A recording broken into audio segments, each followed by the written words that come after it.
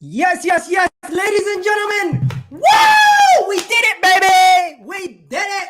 And I believe, did you believe? Did you turn off your TV? Did you turn off your BT Sport? Did you believe that we could do it, ladies and gentlemen? Because we did it. We finally pulled it through in the final hurdle, the last couple minutes, the 87th minute, a moment of individual brilliance. And it was beautiful Bukayo Saka, what he did today. And you know what, Pierre-Emerick Aubameyang haters, you're silent. Shh. Sit down, Pierre-Emerick Aubameyang haters. On top of that, anyone who dissed Arteta during the game and saying, sack the manager, these players are not fighting for the manager, they don't care about what's going on. You know what? Take it in what really happened today, guys. Take in what really happened today.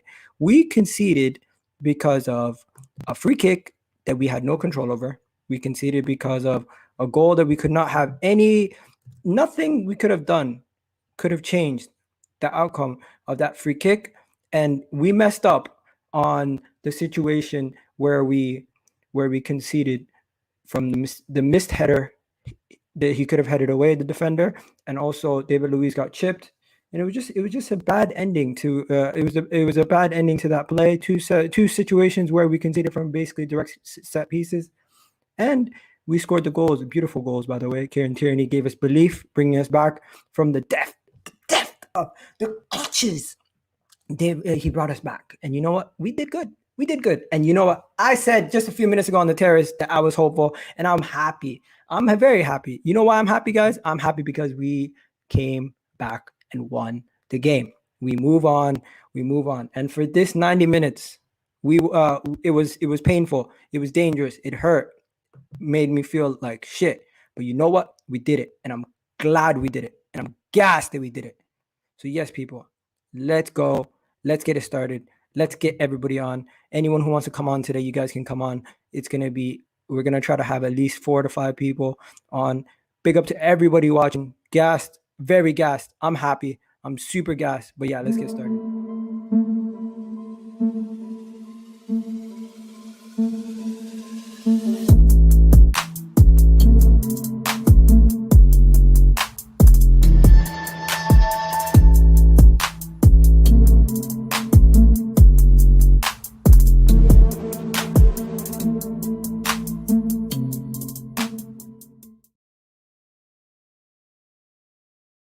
Yo, YouTube, what's going on, everybody? What's going on? It's the Kitty G, and I'm back again with another video. Yes, and we won today. We won, and I'm gassed, people. I am so gassed. I am so gassed. You guys don't get how happy I am.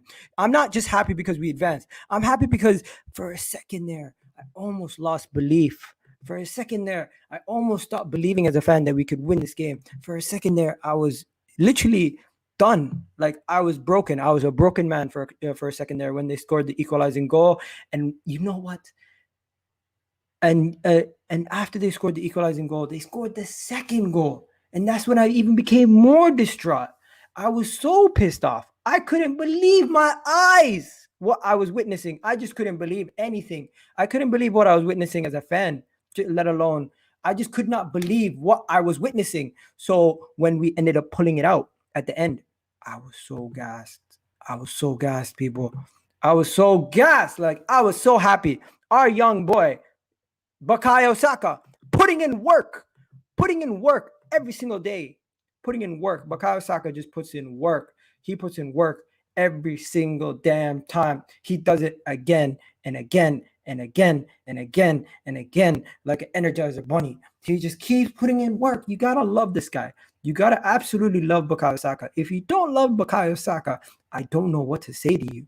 I don't know what to say to you if you don't like Bukayo Saka. If you don't think Bukayo Saka is the man, I don't know what to say to you.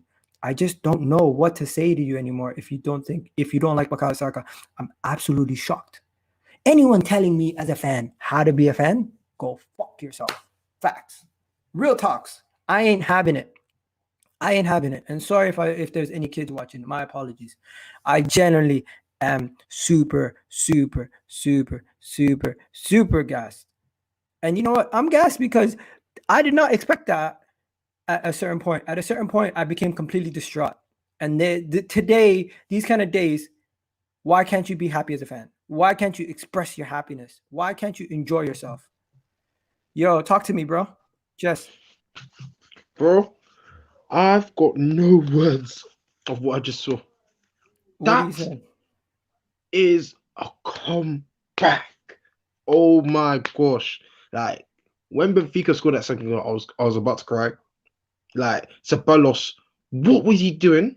Why would you head back to your own goalkeeper when you know that the player was going to make the run, beat Leno, and then score? I know Leno. I'm glad Leno did not make a challenge in that when the ball was coming towards him because I thought he was going to get booked or something. But I'm glad he didn't do it because we needed him. So when they scored, I was like, no. I was like, We're this is done, going to be right? a repeat of Narcia last year. You get me? But Yeah. when Willian came on, I was like, uh-oh, another Yes, nightmare. guys, we did it. I see guys in the chat that didn't think we could do it. Yes, we did it, guys. Big up to you. Jess, come on, bro. Energy, bro. Are All you right, not cool. gassed? So when Willian came on, yeah, and he got an assist and Tini scored, I was like, oh my god, Willian actually got an assist. And he actually came on and made the impact. Like, unbelievable, bro. I can't believe it. Willian actually made an impact when he came on. And I was like, Yeah. oh my days. Well, And then when that Saka, assist, let's be honest. Let's be honest. Agenda aside, he did good. He did good. and then when Upper scored that header, oh, a relief came out of my chest. I was like, thank the Lord. Oh my God. They knew how much this Europa League meant to us. And when Upper scored that header, I was so happy. This is the comeback that we have been I was actually surprised about this comeback, but bro, this was the win. I'm actually happy because I was gonna cry after the loss today, but it changed my mood. I was hyped. When Alba scored, I was going crazy. I was like, oh my guys, Alba has done this again. Literally unbelievable, unbelievable. I'm like, oh, like Saka and Oba, those two, brilliant, absolute class. Saka's just beautiful. What a wonder kid. Abba, our captain, he redeemed himself from the first leg. Abba has redeemed himself from the first leg. I'm so happy that he got the winning goal. And you know what, bro? Since the draw is tomorrow, I'm scared about who we're gonna get. I'm actually scared about who we're gonna get. But please, I don't want any of the English teams. None of them. None of them at Yo, all. I'm not worried about nothing today. Nothing is going to ruin Nothing. my mood today. Not the Yeah. damn internet, Yeah. I not agree, Twitter, bro. not those fuckboys across the road. Nobody. Nothing. Nothing. Nothing. I don't want to Nothing hear it. at all. I don't want to hear it. Nothing can make me mad today. Nothing. Yeah, You bro. could serve me cold dinner. I won't be mad. You could provide me. You could provide. I could hit my leg with a scooter. I'm not gonna be mad. Anything you could anything that happens. I'm not gonna be mad at No, all. bro. I feel But like, yo, I think you YouTube's know, down. I think YouTube's crashed or something. Something's going on with YouTube. yeah, YouTube's completely crashed. Yo, Sahar, bro. what's good? I'm Abdul, good, what's man. good? I'm good. I'm good. I'm good. Well, go on. I was just Military watching. Gunner in the house. What's good? Ah, I'm good. I'm good. I'm good. You gassed? my heart cannot manage this thing. Yo, Abdullah. Yo, today's just gonna be Arsenal fans only. Okay, cool, bro. Yeah, sure. All right, say no more, man. No problem, bro. Thanks for coming on. What do you call it? So, yo, Military Gunner, Sahar, first, who's gassed? Everyone's gassed? Everyone's happy? Of course, I'm bro. gassed, bro. I'm not just. I'm gassed. Why? I'm trying to recover. There you go. That makes sense. That makes sense. Hey, Yo, you- bro, you- I you can't guys check believe out what my I just reaction. witnessed.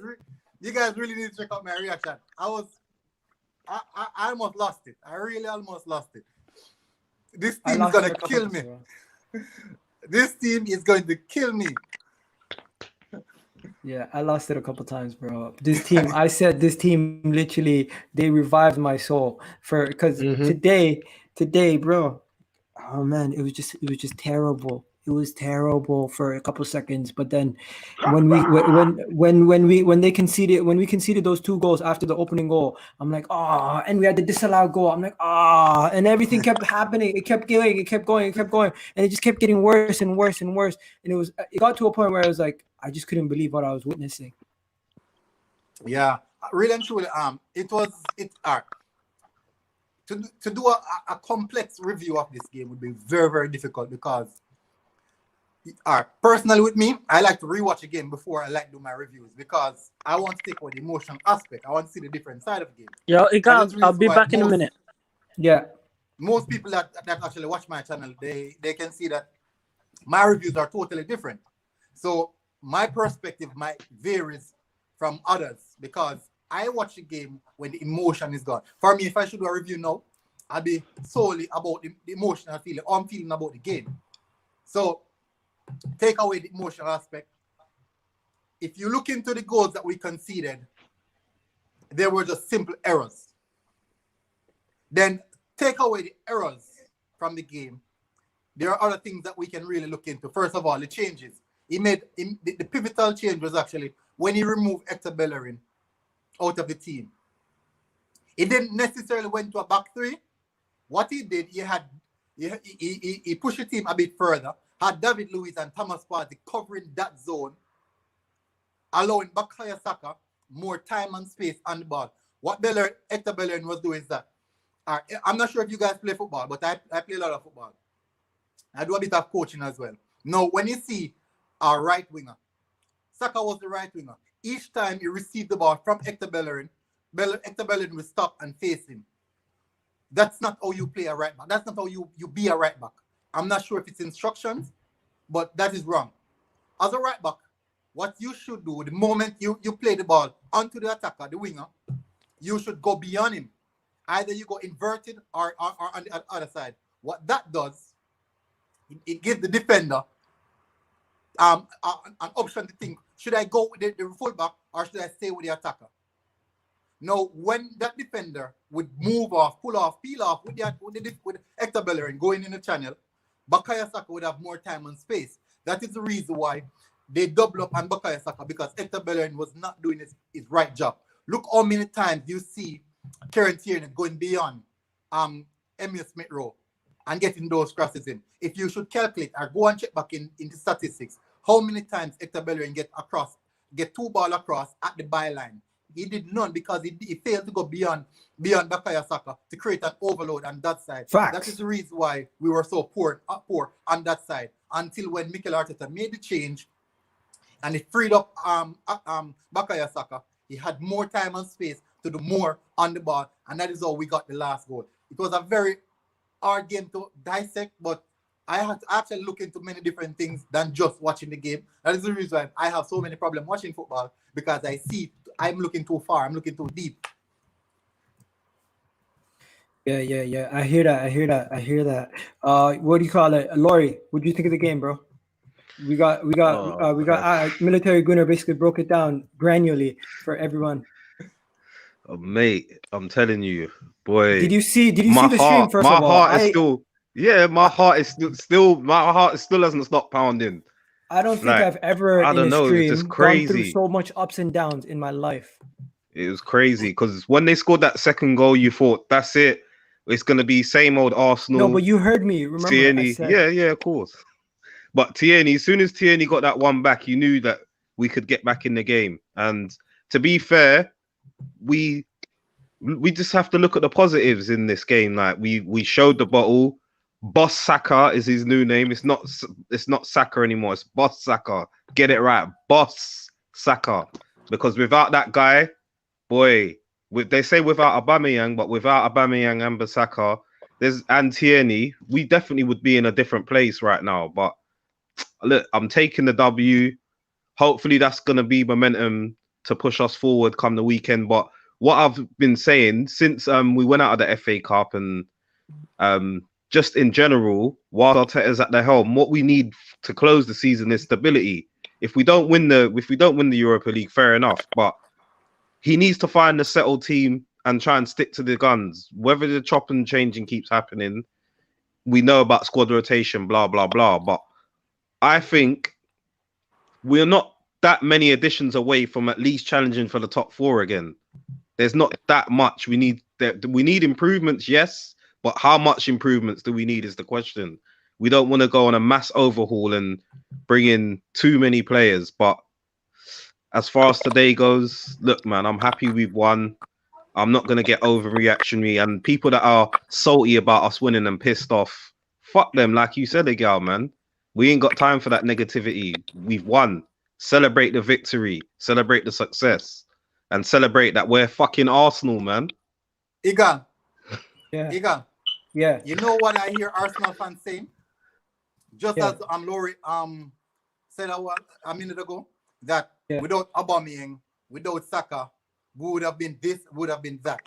Now, isn't it a good thing to have players who can give you a spark, individual brilliance? Isn't that a good thing? Because I can recall if Barcelona never have Lionel Messi, they would have been a bang average team right now. If they pretty much are, though. If Manchester United didn't have Bruno Fernandes, maybe they'll be struggling the same as we are. That football game, you have to have these brilliance, these moments of brilliance. These are what separates players and also separates team from other teams. So, for example, you play against Barcelona, you remove Messi, they're a bang average team. You add Messi, the spark, they can beat any team in the world. They are super strong. You need those type of players. I will not accept any Arsenal fan saying that because of individual brilliance, why we did this and why we did that. The whole importance is when the system is not working in our favor, it is now the individual brilliance, that spark, needs to get something going and get the team going. We have seen it many times. Messi, Ronaldo, all these big players, that is what they have. And this is something that Bukayo Saka has in his locker. And we definitely. Should be glad that we have these I'm not disagreeing with you at all. I'm not I disagreeing with you at all. But it's just there's too much overreaction. This is a work in progress. We know that. It's a work in progress, but we have to literally take each game as it comes. But the sloppiness will go, and the sloppiness will eventually go. We just don't know how much more of it we got to deal with. We'll have a lot more. You see what happened today? 2 errors. Yo, what's good, bro? I'm alright, man. That game was just pissing me off, bro. I said we need to start fast, and we just I don't know. We always seem to shoot ourselves in the foot, man. Honestly, like there's so many times I'm saying, just give the ball to your most dangerous men. Play him into space. You know what you're gonna get from Saka. He's got the ability to take on his man 1v1. He's got the ability to put in a ball like he did today. So just give it to him in space. We started in a way where you got Bellerin and Odegaard just tapping it between each other. I'm thinking, bruv, that's not ticker-tapper, bro. All that is tipper-tapper. You're tipper-tappering it around. Move the ball. If you don't move the ball, you're not dangerous. Yo, Ram, I was going to do just Arsenal fans, but did you have something to say? Yeah, I was going to say. I'm going to repeat what I said on the terrace, yeah. You guys should be relieved that you got through. Relieved. Like, I'll say it again. Benfica, they have the name. They have the pedigree through their history. But this team is ass. They're not good. They're not Thanks for coming on, man. And then the way they play, it doesn't suit the kind of players that they have. So, yeah. Yeah. Have a good one. Okay, so can I comment on that? Bless up. Okay, so Ram said that team they're stupid. They're dumb, basically. You said they're ass. Okay, so they have some particular players that we know are quality. Mm-hmm. Everton, he's a quality player. But they don't play. They don't play like that, they've bro. Got quality players. It's not that Ram ain't saying they ain't got quality players. But in the way they set up, they do not set up to be a threat. They don't set up to play football. Yeah. I'll give you examples, right? When they Can I say one thing? Hang on, Harry.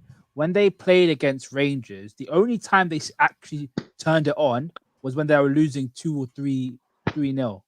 That's when they actually turned it on. You know what I mean? So my question to you is this: we conceded 3 goals against Benfica, 1 penalty, 1 free kick, and a self-inflicted goal. So, and 3 of them, the first goal was a handball in the penalty box, where Smith Rowe had no clue that happened. The second one was just being sloppy from Dennis Abayas, and it's a world-class free kick. Now, these 3 goals that we concede against Benfica, 1 penalty, 1 free kick, and a self-inflicted goal. So, and 3 of them, the first goal was a handball in the penalty box, where Smith Rowe had no clue that happened. The second one was just being sloppy from Dennis Abayas, and it's a world-class free kick. Now, these 3 goals that we concede against Benfica, it wasn't any individual brilliance or it wasn't any significant moment of them building play, breaking us apart. It was our own self-infliction. That's what he's saying. That's what I'm That's saying. What That's what he's saying. So that no, but you're saying that we should be happy that we defeat them. We defeat them. No, we should. It's not be a case that. No, he said relieved. No, you shouldn't. No, he said I'm relieved. saying you shouldn't be happy. You should be relieved. You should be like, oh my God, we're through. What the I don't know fuck, how right? we're through, but we're through. Okay. I understand that. I understand that. Yeah. That's understandable. Yeah. Because I watched Benfica play. They aren't that great. They honestly Yeah. aren't. And I've seen them play, and Have they not got a win from the? They haven't got a win from the last 7 games. yeah. Yeah. They were Go on, first Harry. for You one want to say today. something? Yeah, man. I agree with what you're saying, Rams, in terms of just as a general theory. Like, yeah, we're the better team. We should be beating Benfica. I think one thing we're not accounting for is that it's cup football with different variables to a normal game. So we knew tonight, and this isn't to justify a poor start. If anything, the poor start is why the game panned out how it should be. But we knew tonight that when we go 1-0 up, it means nothing, because as soon as if they score an away goal, which they can do, we're back to square one. We also knew that if it goes to extra time, we are more vulnerable than ever, because that's when away goals count double. So they scored 1, we didn't have to score 2. So there's all these things going in our head. And if we look at how Man City got knocked out last year in the Champions League, was that to Olympiacos, right? No, to Leon. Leon. That Sorry, was yeah. us that was out to Olympiacos. Come on. Yeah, bro. sorry. Leon. Man City to. So I was thinking of Olympia Lyon, or however you pronounce it. Man City should have beaten Lyon, but in cup football, there's a different kind of pressure. If you go back to our first FA Cup win after 10 years without a trophy against Hull, who were in the Championship, I think at the time, or they were near the bottom of the Premier League, we go 2-0 down at Wembley in our first cup final after 10 years. We go 2-0 down against a team who are much poorer than us, Yeah. because it's Who's cup doing football. that? What's that noise? Because it's cup football, because we can feel the pressure, yo, because hold we it down, know Ram. because we know we've been waiting for a trophy for such a long time. And just like that pressure that can influence performances, the same pressure the players experience tonight. They know the noise around the club. They're not stupid. They know players are trending for negative performances. They know that when Granit Xhaka asked about social media abuse, they know they're asking that because they know they're getting the abuse. And all these things come into play. And when the tie is on a cliff edge because you've conceded a really poor goal in the first leg, those same nerves are going to come through in the second leg. So of course we should have beaten Benfica easily and simply, but football isn't an easy game. It really isn't. So all I care about is going through to the next round. Unfortunately, we can take context into the negative performance because we've seen those performances throughout the whole season, and every Arsenal fan has the right to be apprehensive about that. But that's all it should be. It should just be, we should have played better, but all we should care about is being through, is showing tremendous character to do that. Like, tremendous character. That takes so much bottle for Saka to say, give me the ball, like, I need to take it, for people to take ownership of the problem. I know we shouldn't have been in that position, but we still have to give credit where credit's due. And in the same respect, we have to give credit to Arteta, because everyone was thinking, get Martinelli on, get Pepe on. We were all thinking it, right? But the truth is, if we score that goal, we've got about 6 attackers on the pitch and about 3 defenders. So when that Benfica onslaught comes, there is no one left on the pitch to defend. Even when Saka was playing right back for Bellerin, I'm thinking, what are we doing? Like, and then Tierney was coming across, and Willian was going left back to get the ball. I was like, we are all over the shop, and I just couldn't see how we could. Willian was playing wing back, innit? Yeah, went to a 3 at the back. Yeah, but it was really weird to watch because it just didn't, because Tierney was our most attacking threat down the left, but then he was playing almost like left centre back, and I was like, how we just couldn't seem to get the ball. I thought Party looked so rusty, like when he come on, so rusty. So yeah, man, listen, I totally get why people are going to be annoyed. I don't want to talk for too long, but I just think we should just be happy and relieved, and that's it. You know, Can I point out one thing before anyone else goes? We won 3-2. Right, we won 3-2. The individual brilliance thing, everything else I get, whatever. Don't take away from the moment of joy. Afterwards, we can look back and reflect and be angry. Okay, the moment of joy, you're happy, right? Everyone here was happy, right? Now, of course. Now, if you want to talk about the negatives, we'll get into it when we speak about individual players during the player rating.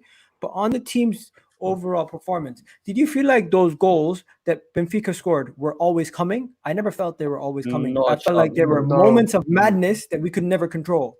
That's why they were coming, yeah, because of Danny Ceballos. All 3 goals scored in this tie were on faults. The penalty in the first leg, in this game, you know, the free kick from Ceballos, and the third goal from Ceballos. All 3 of the goals were our fault. Let's be honest. So But I said this in the lead up to the first leg. I said the only people who's going to let ourselves down or cause us harm is not going to be Benfica. It's going to be us shooting ourselves in the foot. And we done it both legs. So Yeah. it's a mentality thing, and we need to snap out of it. Like, I know some people saying, "Oh, but we shouldn't have started with this lineup." There was nothing at all wrong with the lineup. Some people say, "Oh, you shouldn't play with Odegaard and Smith Rowe. You don't need 2 10s on the pitch." There's a reason, because if you don't play 2 10s on the pitch, you're not going to get enough creativity for Aubameyang. You're not. And in these Europa League ties, you need to hold the ball. You're not going to keep that much possession with the likes of the Pepe playing on the left. With what Odegaard, unless Odegaard played poor today, Smith Rowe played poor today, but they gave us the ability to keep hold of the ball in moments. Yeah, exactly. Retention. Exactly, They're very good at retaining the ball. And that when you have players like those that are technically good and they can retain the ball in close areas in the attacking third, there's a really good asset. What that does is allow the incoming players to move freely without worrying about losing the ball and have to chase back. That is an integral part. So that is one of the reasons I realized. But Smith Rowe came out because of fatigue. Oh, Brandon's here. Yes, Smith Rowe came out because of fatigue. But I realized he didn't take off Odegaard because of technical ability. And Odegaard was playing, Sabla just scored. Let's going down. You can say that this game panned out how George Jesus wanted it to. A close, tight, compact game. He played an eye line. It was like a high risk, high reward game. He played an extreme eye line, anticipating that we'll be consistently getting offside again, like the last game. So it was a gamble, big gamble. He almost got away with it today as well, because I think Aubameyang get offside about twice. So he almost got away with it. Maybe something that Mikel Arteta went in training and worked on and say, okay, let's time our run better, or let's get the ball a bit faster to the midfield, then onto the wing, and then we can get it in the center area where we can push them back before we get the ball across at the danger area. We was probing because there's even an opportunity where I think it was Willian that was involved. Can we come back to the conversation in a second? I just want to get everyone's thoughts before we move on. Brendan, can you give us your granular thoughts on the game? And then we'll go to Harry, because I don't think Harry went. I'm sorry. Just Brendan. Typical Arsenal performance, mate. I said it on my channel in the build-up. I said it depends what Arsenal turn up. You know, the Arsenal that can't be bothered and just stroll around the pitch and, you know, don't really do anything, or the Arsenal that move the ball quickly and can damage and hurt teams. And Arsenal honestly, we were so lucky today. We were so lucky today. If Benfica could actually finish, that could have been a cricket score. Brendan's channel also and put in the chat. Guys, I put Military Gunner's channel in the chat. If you guys can go subscribe to his channel, and I'm also going to put Brandon's channel in the chat. If you guys can go check out their channels, that would be greatly appreciated also, okay? Now, yeah, Brandon, I forgot about that chance they had, didn't they? They had another chance. I forgot about that chance. You just said they were poor finishing has made that. Yeah, I cut you off, Brandon. I apologize. Go back. That's all right. Yeah, no, they had a few chances, mate. And like I say, if they actually could finish and they had more quality in the final third, we would have gone out tonight. And it wouldn't have had anything to do with anything else other than the fact that we just do not. We turned up to that game like it was going to be a walk in the park. We turned up to that game like it was just, oh, well, it's only Benfica. You know, we know they're going to defend deep, so we'll just, we'll get a chance. And when we do get our chances, we'll bury them. Yeah, it's mentality. It's mentality that lets us down. Our mentality is just gutter. And that, I'll tell you what, mate. Yeah, when that second goal went in, I was fuming with Ceballos. What are you doing there? And then I think what made it even worse was I looked at my screen and I went, "Are you joking? We need 2 goals, and you're bringing on Willian, the guy who's not done anything since the first game of the season. Are you crazy, Arteta? Are you actually looking to get sacked?" He turns up. Then he turns up. The one that. It's true though, man. I don't think anyone wanted that substitution in a million years. No one wanted that substitution. I suppose he just wanted another possession player, right, to involve Kieran Tierney. I think if it was Pepe, it would have just become not as a bad thing, but it would have become solely about Pepe. We've had the ball in the net. I'm going to be quick. Too long. What about how close the offside goals were? Like I'm gonna be very close. we had an offside goal that was close. We had, you know what? When you look at the game and you watch it again, do you guys think when we watch it a second time and we actually think about what we've seen so far, we're gonna look back and we're not gonna be as angry during watching it back? Yeah, I'm going to go. I'm just going to do my final say and then go because I have to. I'm busy. I'm just going to say, defensively we need to work on it because as of right now showed we're not good enough to win this competition. We played. We got lucky tonight. Going all, it was a great comeback. Aubameyang and Saka, they're the key to winning this competition. We move on to Sunday, bro. Peace. Peace out, bro. Hold it down, bro. Yo, guys, today I'm gonna do a quick one. We're gonna do our player ratings too. So just save whatever you guys got for the player ratings. First things first, let's just crack on to that. Brendan, you're gonna say something? Yeah, I'm going to be very controversial here because you guys might not agree with what I've got to say, and it's not got anything to do with Arteta. Aubameyang, right? Now, he scored 2 goals tonight. Brilliant. That's what he's there to do. That's what he gets paid to do. But I was looking at him, right, when that second Benfica goal went in, and I'm just looking and I'm thinking, right, we pay you £370,000 a week. You're the highest paid player at the club. You're the highest paid player probably in the Premier League. Now it's up to you to take the game by the scruff of the neck. He didn't do that. He did not do that. At the end of the day, yes, he scored 2 goals, but them goals he did not make for himself. Them goals were made for him by Saka. I agree with you, Brendan. I agree with you, Brendan. But then it comes to a point where we've been blaming players, and I've been blaming Bellerin and everything, but it's down to us to move these players on. We've given them that contract. Aubameyang is not capable of grabbing the game by the scruff of the neck. He hasn't got the legs to do it. So everything that he scores, you're gonna have to put him in a position where he can get a yard on the defender and shoot, or you have to put it on the plate for him. He's not gonna be that guy for us, and we just have to get over it because now we're stuck with him, and there's no chance of him moving on. Yeah, but we had the same issue with Ozil, though, didn't we? Yeah, he's another player who had undoubted quality, but he never took the game by the scruff of the neck, and we just keep making the same mistakes. Brandon, I agree. I agree with what you're saying. And when we did go 2-1 down, he looked totally dejected, and he almost looked like shit. Is this really happening again? And he didn't have the overconfidence or the personality to overcome that. Yeah, but in the same respect, though, that's a natural feeling. You feel like you see deja vu. When they scored the second goal, guys, everybody here. I was doing a live stream. Everyone here. If we all had cameras on our face, the whole Arsenal fan base, we all thought to ourselves, Was we 2-1 down or 2-2 when that chance? What happened was Aubameyang blocked it and Saka got it. So what happened was they scored, and then are you talking about today's game or last game? Today's game. So when Aubameyang closed the keeper and it fell to Saka, was we 2-2 at that point or 2-1 down? It was 2-2, I think. It was 2.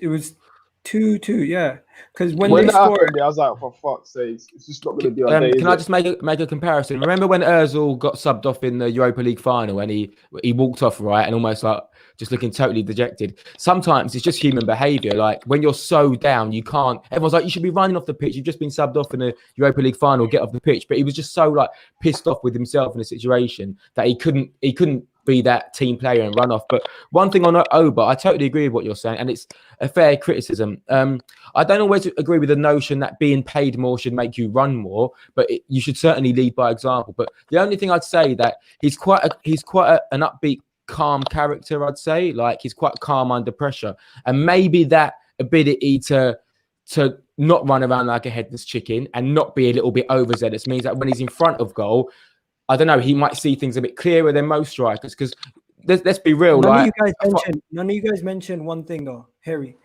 Kesh. Nobody mentioned Kieran Tierney gave us the belief to win this game today with his goal. That's what I mean. Kieran Tierney was the one who took the game by the scruff of the neck. Yeah, it's nothing short of what I come to understand that Tierney's going to give us. So that's why it's normal. Like he's a captain, he's a leader. He leads by example. Listen, guys, I'm going to have to go because I've got some stuff to do. But big up yourselves. And my man of the match. Aubameyang, Saka, Tierney. Those are the candidates. Tierney. For me, it's between Saka and Tierney. It's a close one. I'd go with Saka because he got 2 assists. He set up two of the goals, the first goal and the most important third goal as well. So yeah, I'll go with Saka. Okay, enough said. Have a good one, Brendan. Appreciate you, man. And guys, Cheers, go check mate. out Brendan's channel, Brendan Thanks, bro. AFC TV. Okay, so yo guys, now we're gonna do the player ratings. We're gonna do the player ratings, and you know what? Today, I don't feel like anyone can get under a 4.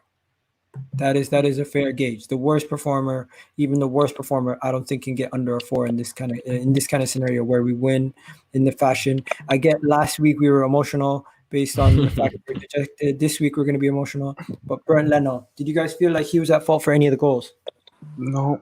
Unstoppable. No. Unstoppable. The free kick. Yeah. The free kick. You know what happened? I was so angry that I said, you know what? You got to give him credit as a football I player. knew it was a goal before he even took it. Like Yeah. it was centrally, and it was that like the distance was so perfect. All you needed was up or no right, and he done it. It was so Yeah. perfect. I knew it was going to be a goal. I'm not going to nitpick because I don't like nitpicking at players, but in the same respect, I'm going to nitpick a little bit. You know, when we were setting up the wall, it looked like it took a long time. It looked like I think he kept on saying 4 men, and they were getting shuffled over, which is it's not on. I suppose, yeah, it is me nitpicking. But one thing that I just don't understand is when that free kick is on that side of the pitch, we all know where that free kick's going to go. Yeah. So why I did question it as well. why didn't we put a man on the post? I don't understand why a man doesn't go on the post there. Nah, because then you play them on, and then I know, but Kesh, no one ever plays a through ball, like and very rarely does a free kick get a rebound. It either. No, but you don't see that though. You don't can't see anticipate that no one will ever do it. You cannot anticipate that no one will The ever thing do is, it. if you do it, then Do you remember Ashley them Cole options back in the again. day? Ashley Cole would go on the line, run forward, run back, run forward, run back until the free kick was taken and he was there. So whoever was trying to stay on side would have to constantly go back and forth.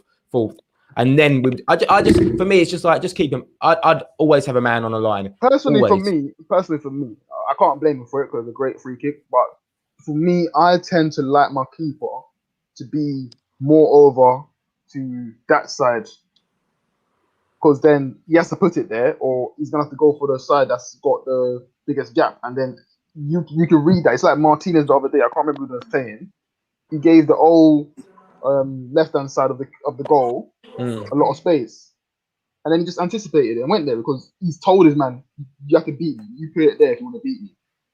Yeah. It's small details. I just feel like everything could have been a little bit more authoritative when it comes to getting the wall ready, and that might have made that Benfica player a little bit nervous. It's almost like it took so long to get the wall set up. It was like, this is a free shot on goal. Like, here is where you've got to hit it. Can you hit it? Yeah. Do you know what I mean? But it is what it is. It was a great free kick, nonetheless. I think. What are you guys going to give Leno? Because I don't think you can give him I think a 6 is alright. Did he make a crucial save in the second half? That Not second that I half was can a bit remember. blurry for me. I can't remember. You know I what don't people remember will really say to doing you much. though? You know what people will say to you though? They'll say it's not a crucial save. It's the fact that he's a camera saver and he's a shorter keeper than other keepers, so he looks like he's doing more work. I don't get it, bro. I'd I don't never remember accuse Leno of really making doing camera saves. I'm happy with his performance. Unstoppable shots. 6 is fair, guys. Right? Yeah. Well, Yeah, 6 is fair. Okay. We're not gonna do newspaper things because the newspaper is giving him everyone's a 7 pretty much, lowest rating. Now moving on to Bellerin. Can I start? I think Bellerin deserves a poor rating based on the fact that what Military Gunner said earlier. It's almost like he doesn't know what to do when Saka's on the ball. Have you noticed that? I see him. What do you guys think? Sometimes I see him. He's made the run beyond Saka, and we standing there, or he goes into a striker position at times. I'm thinking, where are you going? Where are you going? Yeah. I think Yeah, he's. so I think. people in the I chat, think what are you playing guys this. rating Bellerin. Sorry, go ahead. I think playing this inverted fullback role is obviously new to much for him. him. Yeah, it's too much for him, and then it makes him second guess what to do too much. Like I feel like there's a few times when he does travel into the space quite well. If you think of the Chelsea, the FA Cup final against Chelsea, there's examples where he does drive quite well. And tonight there was a few, but then he either drives too much to the point he eats up the space, or or sometimes he isn't bold enough on the ball. Like when he runs into the space and he can't put us to Saka, then you're saying, right, well, can you take on the fullback? But then instead it's nervous and it goes back to whoever's there. So yeah, I just think the role is too much for him. You know what? It's not That's even it. so much the spaces that he takes up, because I know what inverted fullback requires. I've seen it. You know what I mean? But his timing's off. That's what it is. His timing's off, and he doesn't know when to do it and when not to do it. Saka's not on the ball, so you going into those spaces ain't affecting anyone. Yeah, you're just taking up space. I'm gonna, even though we're all being harsh on him, I feel like we're gonna give him a 5, just because the team performance was so wonderful. I don't think he was below. I don't think it was below a 5. It was definitely a better game than what you had at City. Okay, so 5 is fair. Mm-hmm.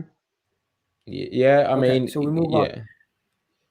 Okay, guys, was it Gabriel or David Luiz? Because I looked up and I seen that second the second goal, and I was just they played poor, man. Was it Gabriel? Because I thought it was Gabriel, right? They both played. They were both poor. I think we could do a group rating for those two, Igor, to be honest. I think they were both as poor as each other.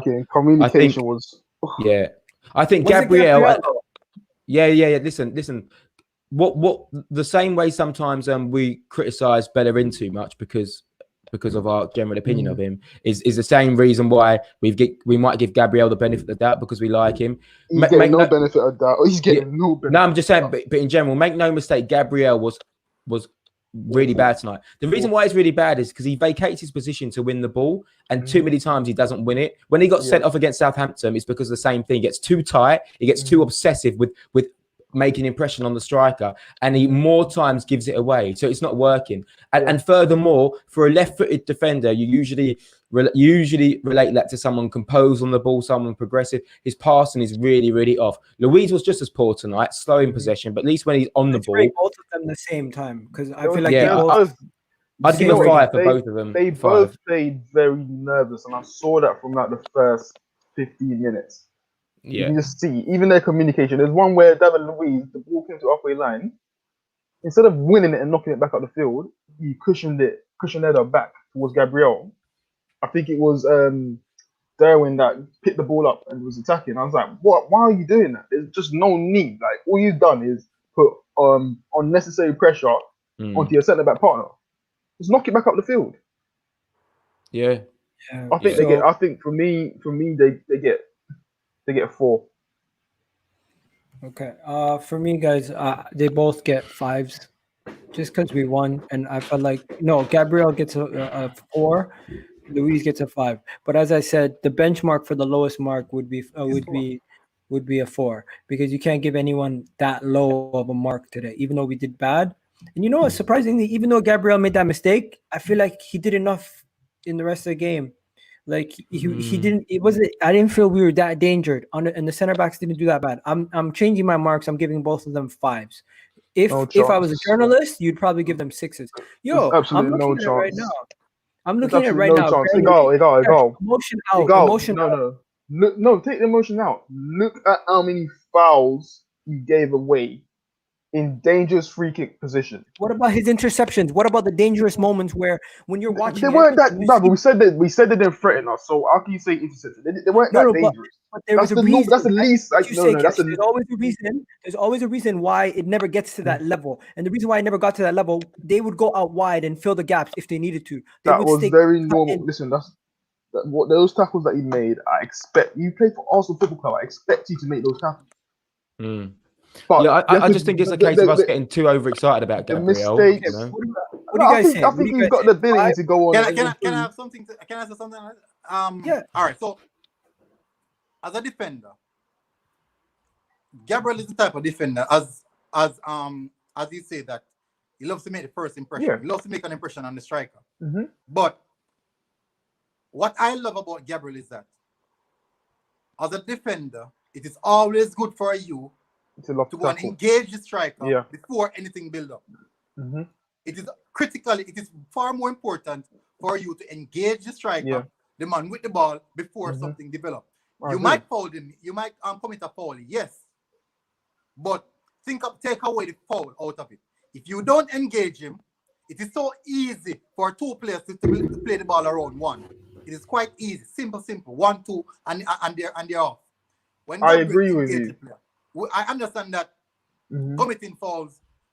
All right, so for example, if you should look at Manchester City, Sergio Ramos, Ruben Diaz, Stone, Sergio Ramos, Piqué, these guys commit so many fouls in one game. But the thing is, these fouls are committed high in the pitch. They're committed so close to the halfway line, and it's not warranted a yellow card. It's just a typical foul. What this does, it breaks the momentum of the opponents. It breaks their momentum. It stops their play.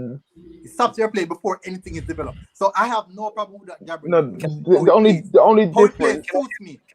Remember, Harry, you have to go, right? We're moving away. away. One minute. Before you We're moving away from Mustafi, who backs off, a Kolasinac who backs off, a David Luiz who backs off whenever the striker gets the ball. We're moving to these type of defenders now who engage the striker as fast as possible to delay or stop the attack, rather than backing off, where the striker have more time and space, can do anything. So personally, I have no problem with that. What I would say to that though, Cash, I just want to bring it back to the conversation of the player ratings. Could we 1 second? What did we? What is everyone giving? You gave a 4 and 5, right, Cash? 4 for both. Yeah, I've got to go, Miguel. I've got to go. Yeah, Harry, who's your man of the match? And man of the match would be Aubameyang, because he scored 2 goals, got us through. And yeah, have a good evening, guys. And congratulations to Arsenal and Arteta for getting through to the next round. All the best, guys. All the best. All the best, bro. Peace out, bro. Okay. Listen, I just need to say something on the Gabriel thing, because listen, I'm not saying he's not good, because what he does is one of the prime reasons why I wanted him. He goes and engages, but I always knew he was going to struggle in his first year with how he plays, and that's something he will learn over the next year or two, that he needs to be more controlled in what he's doing.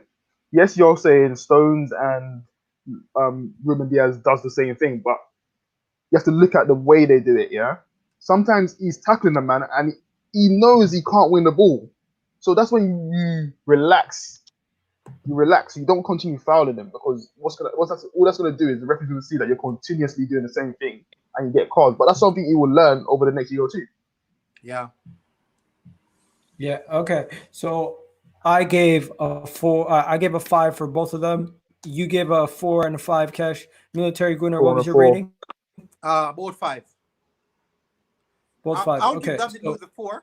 I would prefer to give David Luiz a 4 because he's more experienced defender.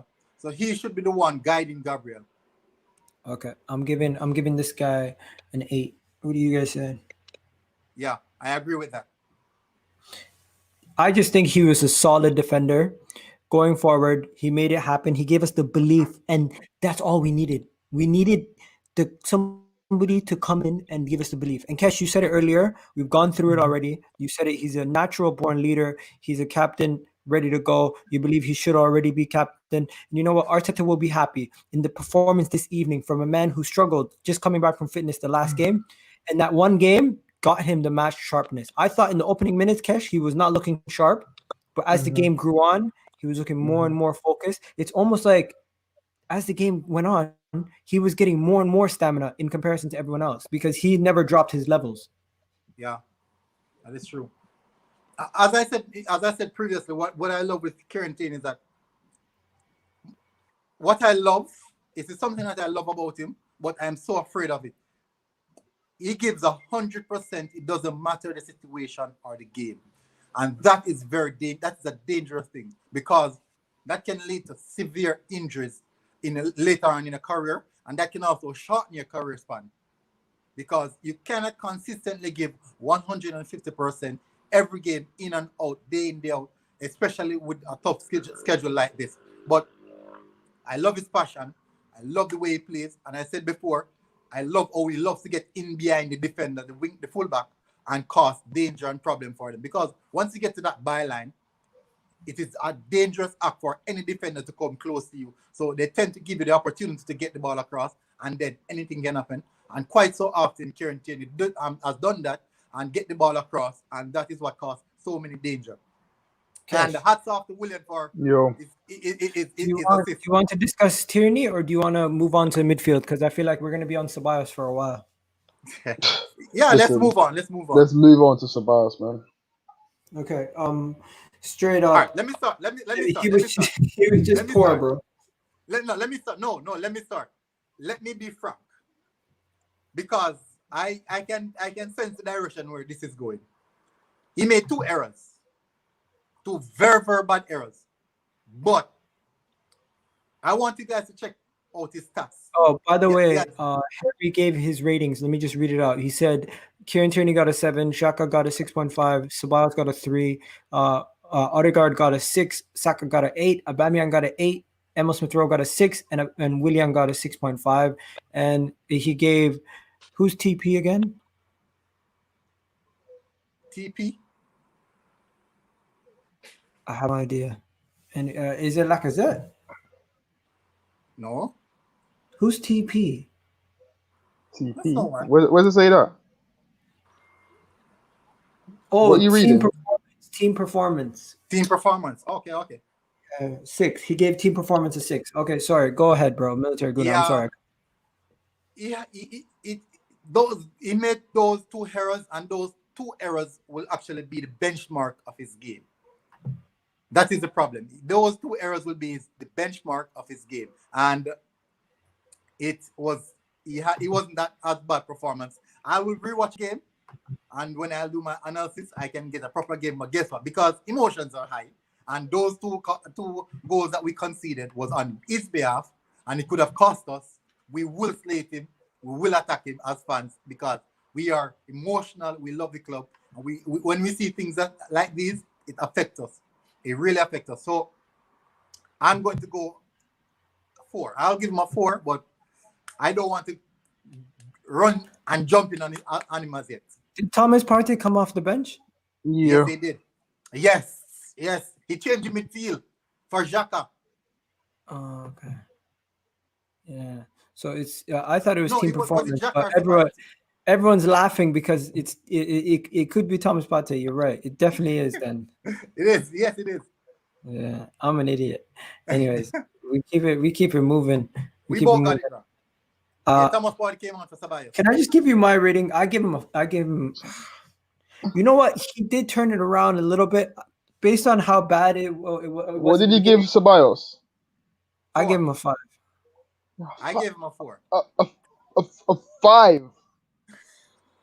Come on, No, man. the thing is, I'm not dropping anyone lower than a 5 because of the overall team performance. What's helps. that got to do with anything?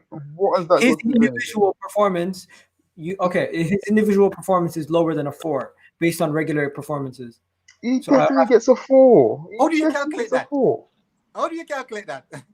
Come on. Yeah, you have to give him what, just as though would give someone credit where it's due. You should do the same. Give someone the red card where it's due. Okay. I I only give him a 5 because I'm saying today I don't want to give anybody anything negative because they actually all showed up in a sense. You didn't show up. Ceballos flung out a leg, which was stupid. Yeah. Based on that, So how that's -3. That's -3. Okay, that's -3. We said on our last stream. What did we say on our last stream? The way we rate games, is the average and whatever, and then the lowest is someone costing you the game. He cost us the game. Yes, he did. 2 goals. 2 goals. Yes, he did. Come on, man. The first error was a -3. He gets 2 for his error. For both his errors. So that's 4 points each per error. Okay, realistically, I could drop it down to a realistic despicable, bro. That was despicable. 3 or 4. 3 or 4 is the lowest I could go. Based on the fact that 4. 4? Yeah. His performances was shambolic, man. JR, look at JR. JR is just thinking. JR is in the house. JR is in the house. JR, it's been too long, man. How you guys doing? Welcome. How you doing? Oh man, listen, I've had COVID. I've had Name it, I had it. But I'm blessed now, man. Hey, You I'm also not almost had an heart attack from Arsenal. Bruv, these lot taking a piss, bruv. I was sitting here cussing. I was cussing that. What was that about? Yeah, Bro, do you want to join us for the watch along? Or I mean the predictions, or did you just want to come on and say your piece? Wherever the weather, man, I'm here, innit? All right, what do you think of the game? Like I just said, man, it gave me a heart attack. But I almost got a heart attack. But yeah, Yeah. in the end, good result, I guess. You know what I mean? It was a good result, so can't really complain. But yeah, man, I don't know. I think Mikel Arteta had a plan B for his plan A, but I don't think he trusted in his plan A to really work. You know what I mean? So as soon as it wasn't going our way, he just made the substitutions, and they made a big difference. I mean, I know everybody else was cussing when he brought on Willian. Ooh, you want to see the meltdown? Yeah, you see, bro. Yeah. Hey, to be fair, okay, so I'm in 6 different Arsenal group, and I can tell you when Willian came on, each of these Arsenal group have over about 50 persons and 50 members. When Willian came on, for each group, they lose about 10 members per group. Man just leaving all. Man say, hey, that's it. Yeah. I'll be seeing. Whoa, beautiful goal, Sabla Pra. It's mad though, but why does he always bring him on for? Because the guy doesn't do anything. Today you gotta give credit today, though. Today we can't say nothing, but bro, I don't understand why he keeps bringing him on. We'll get to Willian. We'll get to Willian in the match rating. Right now we're on Granit Xhaka. We just did Ceballos JR. When it comes to Granit Xhaka, okay. Here's where if we gave Ceballos what he gave him, where are you guys starting with the benchmark with Xhaka? I feel like minimum for Xhaka, you can't give him that low of a rating today. I feel like he was decent. 6, 7, 7 at best. 6 at worst. 7? You weren't even nowhere near a 7, bro. 6. No, but Did you guys we see know that moment? we know I'm more generous than you. No, but Egal, did you see that moment when Xhaka had the ball and he could have just done a nice cut through for yeah, but we always know that. We always know that. Sideways. My man was cussing. But boy, yeah, so he can't. He has to get him and Odegaard have to get the same rating for me. So they both get a 6 at best. Yeah. They both get a 6 at best. Question: You guys watch the game with the audio with the fan no, noise but they were the out. only. Listen, sorry, military gunner. They were the most calm, cool, collective players. Did you notice every time Aubameyang had the ball? What's that got to do with anything? What has that got to do with anything? Tell me. Yeah, God, what's that got to do with anything, man? Let me explain. Okay, when there's moments where we're against the fire, everything's going wrong, everything was shit. When you give the ball to Xhaka, he was nice and tidy with his touches, and he would always get us out of pressure. Even though we always say Xhaka puts us under pressure, today, whenever he got the ball, he would either pass it back to a goalkeeper in a pile of defenders, or he'd give it to the perfect person that had no pressure around them. Today, he was not putting people under pressure with his passes. He was being nice and tidy with his passes. And you know what? Some people gotta respect somebody when they do things that we always criticize them. He was doing the opposite today. Tidy with his passes. At the same time, yeah. So can I comment on that? Yeah, can I go comment ahead. on that? All right. So you made a valid point. Yes, you made a valid point in regards to him relieving pressure, taking the ball, easing the pressure. But if Xhaka made 80 passes, or if he made 80 passes through this game, I can guarantee you 60 of those 80 passes were between Kieran Tierney, Gabriel, David Luiz, or Leno. But it doesn't matter, military gunner. When you win the ball back in your own half, and you have 7 defenders around you ready to attack you, and you pass the ball back to Leno, sometimes that is saving you from costing. This is the difference now. This is the comparison. Now. Let me complete the comparison. When Thomas Partey receives the ball under pressure, there could be 4 or 5 different players. His first intent is to go forward. So Thomas Partey would rather lose the ball playing it in an advanced position than make a back pass. We might say he's still losing the ball, but it is relieving. That is also releasing pressure of the team in that sense, and we're going forward. So it's always looking for the forward pass. Granted, even when you recycle the ball, you invite more pressure on the team, not just the player alone. You invite pressure on the team. So what that does is the opposition team will come a bit higher, pressing you deeper in your own half. Yes, we know we can play the ball out from back pass, 1-2 touches, and get the ball out clean. But what happens when that doesn't work? That means that the opposing team will receive the ball, when they retrieve the ball in our defensive third, which is in their attacking third, and they can cause us problems. So yes, he's going good in regards to retention and retaining the possession, but I think some of the time he has to release the ball in space forward a bit faster, because his first intent is to make a back pass, and he has to move away from that. Yeah. The thing about Xhaka is he slows down the game. What's that? Sorry, bro. I just want to ask Kesh what he thought about our conversation. Kesh, so I said Xhaka relieved our pressure by giving those passes back to the goalkeeper and defender at times when we were under pressure, when he was under pressure. Where Military Gunnar made a valid point saying when Thomas Partey does the same thing, he tries to turn around and push a play forward. Do you feel like Xhaka deserves credit for his performance, or is it just what he should be doing? It's what he should be doing. It's what he should be doing. But on top of that, he should be giving us more attacks. He should be doing more.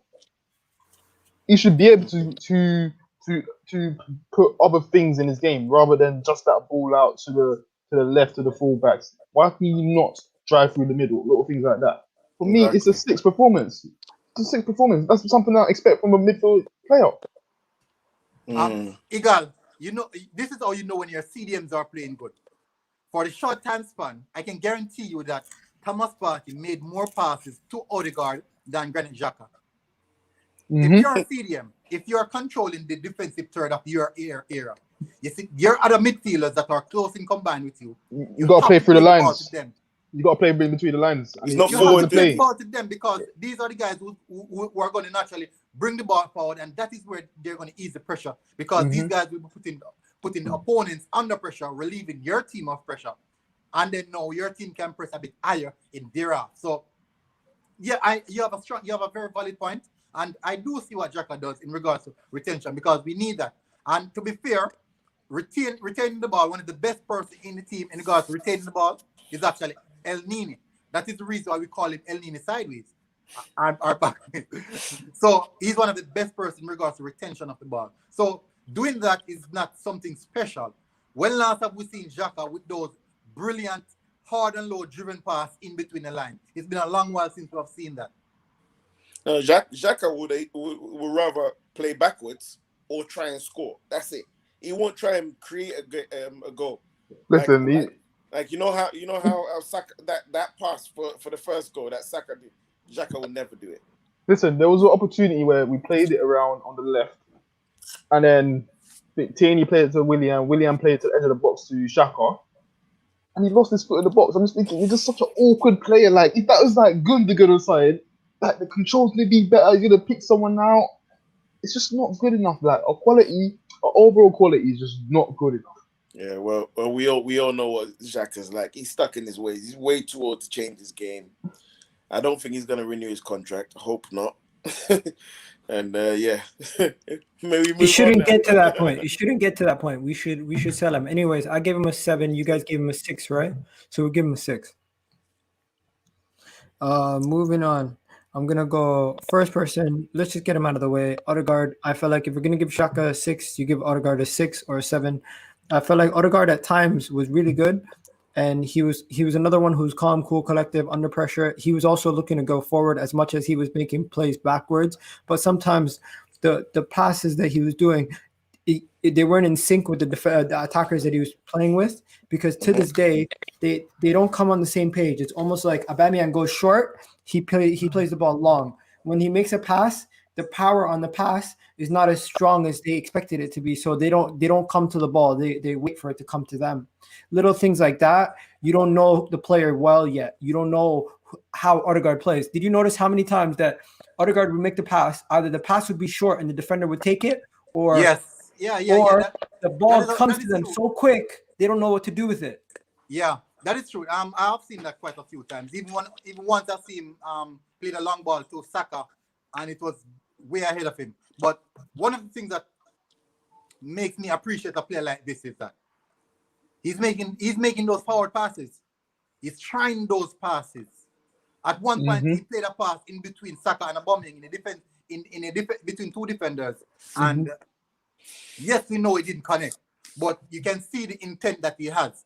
It wasn't the best performance. It was a poor performance, but at least he was trying to go forward, and just the intent that he has, that is something that we have to learn and accept, because not all the time you'll be a player like Xhaka who just consistently turn the ball around. You will consistently try to get balls through those areas, and he has time to develop. He's not the complete article like some professional number 10, some real astute number 10 like the De Bruyne's, where all the players are on the same wavelength. He's new, he's fresh to the team, and I think that these type of passes will gradually come natural to the attackers, that they will know that Odegaard will make that pass, and then they will start to latch on to them. So it wasn't the best game, but it's a learning game for him. We're gonna give Smith Rowe and Saka solely to JR and Kesh. We're gonna try to sit back, Military Gunner, because we've been speaking a lot about all of them. Let's just sit back, let them enjoy Saka, and let them talk about Smith Rowe. So first things first, guys. We're gonna go to Emil Smith Rowe. Kesh, voice your frustration. Were you frustrated, or did you expect these kind of performances from him? A little bit of a drop off at times. I expect the performances. I do expect the performances, but one thing I've picked up on him is he's not being brave enough. I'm not seeing him take the ball on the half turn. Like, it shouldn't matter if you're playing out wide or you're filling in out wide. The same aspects of the game applies. Take a man on. Take the ball on the half turn and drive. There's far too many times. Guys, Eagle, I have to go, mate. Why? All right, then, sweet, bro. Hold it down, bro. Military Gunner, I appreciate you. Next time, right? I'll let you know. Leicester, come on after Leicester. That's good. I'm up for it. Right. Sweet, bro. There's far too many times where you choose to take the safer option and knock it back to a Xhaka when he's in the half space already. Be brave. And hopefully we'll see that over the next few weeks. Maybe it's just a bit of inconsistency and not 100%. wanting to what's it called, to make a mistake. Don't want to overdo it as well. Listen, like, what did you give Smith Rowe? Because I gave him rating. I give him a 5. I think Odegaard did a bit more than him, so I'll give him a 5. Gets the same I'm or gonna less. come back, guys. I just need to go do something quick. You guys talk about Saka, and then Kesh, do you know how to change the picture to? Just go to under players for brand. Yeah, I see it. All right. So just, Saka, what can I say? I'm gonna be back in 2 seconds. Sweet. Saka, go on, Joe. He was amazing, man. This guy, I can't believe it. Like, at his age, with his like lack of experience and stuff, he's single-handed. Him and Lacazette have been the best 2 players in the last couple games. No, not the last couple games, but in recent times. He's been amazing, man. He's done with the stuff he's done, like today even, like the assist. It's unfortunate he didn't get that goal though. Listen, for a 19-year-old, his maturity is beyond what I expect at this stage in his career. Right, he takes on the mantle and he leads by example. There's senior players in this team. You can't do half of what he does. Always hiding. They're always hiding. Always. This guy don't shy away. And from the first 10 minutes, when I'm seeing us just being very conserved and tapping it around between players that are right next to each other, older nans basically, I'm thinking Saka's there. He's looking to make the run. He's looking to drive into dangerous area. Just give him the damn ball. He's the most dangerous guy on the pitch. Straight. Yeah, the guy's brave, man. Like you said, something when you were talking about Smith Rowe, and you said be brave. Saka is always willing to be brave. As soon as he gets the ball, he's gonna try and assist or score. You know what I mean? Gets himself into nice positions. Body shape's always right. So he's always anticipating what sort of movements he can make. You know what I'm saying? So he just makes it look easy and fluid. Yeah. But he's thought about it. He's like 2-3 steps ahead of everyone. Yeah. You know what I mean? And that's the sign of a player that's destined for greatness. Yeah, 100%. That's the sign of a player, because to be world class and everything, you've got to be 1 or 2 steps ahead of your opponent. And he's got that. Anticipate the right movements and stuff. So yeah, Saka did good, man. What's your rating for it? Oh, give him a 9, innit? 9. I totally agree. I totally agree. Totally agree, man. Yeah, he smashed it. Tried to score, assisted 2 goals. Come on. Now that assist to Aubameyang for the second one. Oh God. It was. Thing is, I knew the chance was coming. Like when we leveled 2-2, I knew a chance was gonna come, but I just thought it's gonna be same old Arsenal. It's gonna drop to someone.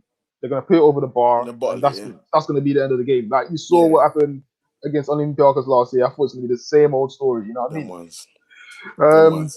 Who was the subs? It was so sweet. The ball just floated and Aubameyang just headed it. Like I mean, exactly. Right. Subs were Partey. Oh, so okay. Lacazette didn't really get stuck in. Well, he got stuck in, but didn't really do much, did he? Yeah, didn't really. So what's the max you can give for a sub who comes on at 70? Was it 70 minutes? After 70 minutes, what's the max you can give for them? Man, what? A 5 maybe? Yeah, but I think he didn't really do much. I mean, I think a 4. I think a 4 is just about deserved. Yeah. Yeah. So what's your rating for Lacazette goal? Okay, well, what did I miss? So Saka, rewind to Saka. Saka's a 9. 9. No question. Saka's a 9. Absolutely destroyed it. World class ability. That goal, amazing. In addition to that, the pass. That right there made me say, yo, pinpoint precision. That's what I said. That's when I said, yo, we actually have. Bro, I saw it. Yeah, I was like, no. When that happened, I said, I couldn't believe it, bro. Kesh, this is the one time you probably would never watch the watch-alongs after if you're not on it. But one time you should go check out my reaction on that. Oh. Bro, listen. I was thinking, Aubameyang, what are you gonna do? Are you gonna try belly flop it or head it? He heads it. I'm thinking, I'm celebrating, and I'm stopped. I'm like, don't celebrate yet. Like, it could be offside. Like, that's everything's going through my head. I'm thinking it would be typical if it's just offside. They're checking it. I'm like, oh, here we go. I'm like, what else did you do? Did you do Aubameyang? No, we haven't done Aubameyang, have we? Oh, we haven't done done you guys doing Lacazette before Aubameyang? Did you do Willian? Because it's sub. We went to the subs. I forgot about Aubameyang, to be fair.